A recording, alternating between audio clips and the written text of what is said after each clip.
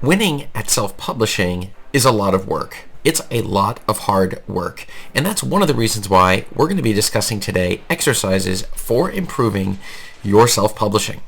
This is Chris Baird from selfpublishingmadeeasynow.com, where self-publishing doesn't have to be so hard.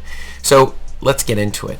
There are a couple of things that you can do, exercises that anyone can do, that will drastically improve your productivity and exactly what progress and how long you're going to be able to keep going when it comes to your books and self-publishing. The first thing you're going to want to focus on, it's dividing your time into three main areas. The first of those areas is writing. You should be using a third of your time writing or creating. If you're doing products for the nonfiction people, it may be creating additional products in this particular value ladder you're working on, but at least writing. So 1/3 we're creating new products, we're creating new books that we're putting onto the market. Then comes the second one, and that is in the area of marketing.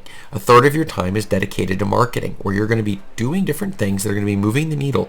Lots of experiments. I know from many of my coaching clients, as we go back and forth, we try different things with ads. Some things work, some things don't, and we don't really fail, rather we learn. The only way we can fail is not by trying to test things out, and number two, not learning from our mistakes, which is quite common. A lot of people just keep repeating the same thing over and over without actually looking to see if what you're doing now is actually working.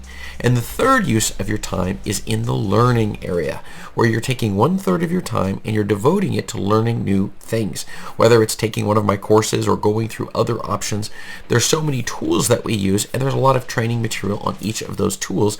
It's worth investing time to get better at what we're doing. Our goal is not to be equally as good now as we'll in 10 years from now as we are right now. Our goal is to be a lot better at everything we're doing, but not all at once. So we give ourselves a bit of a break, but we learn and then we implement the things we learn. And those are like the big three things you can do just on that first point: writing, marketing, and learning.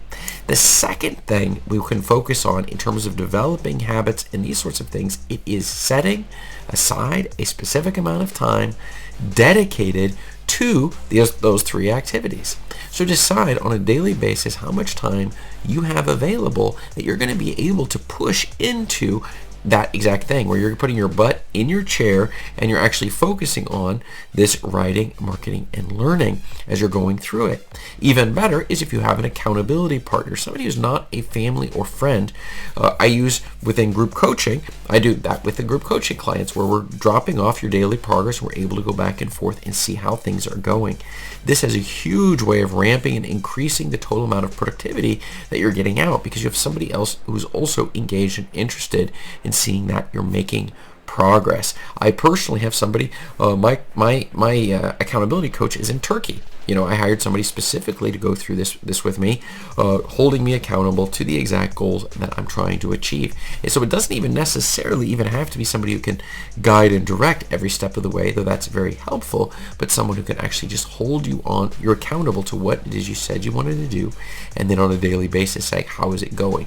Are we in fact making progress on these things, or are we putting our self-publishing on a back burner, which is the slowest way you can possibly do self-publishing, almost always a recipe to fail at your self-publishing if you're putting it as a lower priority event or task that you're doing on your schedule. Because the reality is everything else on your schedule will begin to fill up that space if you aren't really diligently focusing on holding it, the focus on the self-publishing as you're moving forward in this game, which is about getting a lot of books out, running a lot of marketing against that, and using the absolute best strategies that are available.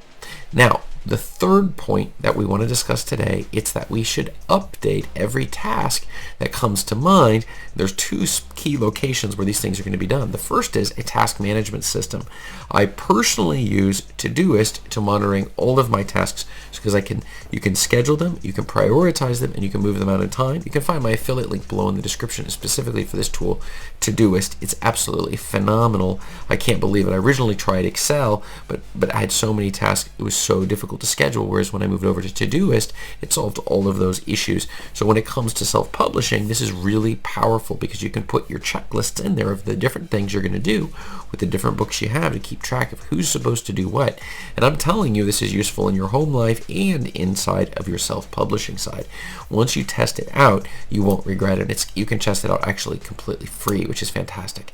And then the second tool that's key to this whole concept in terms of it's going to be Google Drive. It's by far the most powerful tool I've used, one of the most powerful tools, and it's incredibly cheap as well. I'm not an affiliate of theirs, so I don't have an affiliate link on theirs, but I can say that since I've moved to Google Drive from Dropbox, I have never regretted one day of it because it just gives so much storage space. And also all of your book files, they should be under these folders that you're going to have on Google Drive, one folder for each book, and then inside of that folder you'll have a folder for your covers, a folder for your manuscript, a folder for some of the other aspects of this that you will have with your self-publishing. Could be like your ads and things like that would be associated with this specific book that you've put on the market. Okay, hope that makes sense. And so because then what happens is you have really, really well organized there.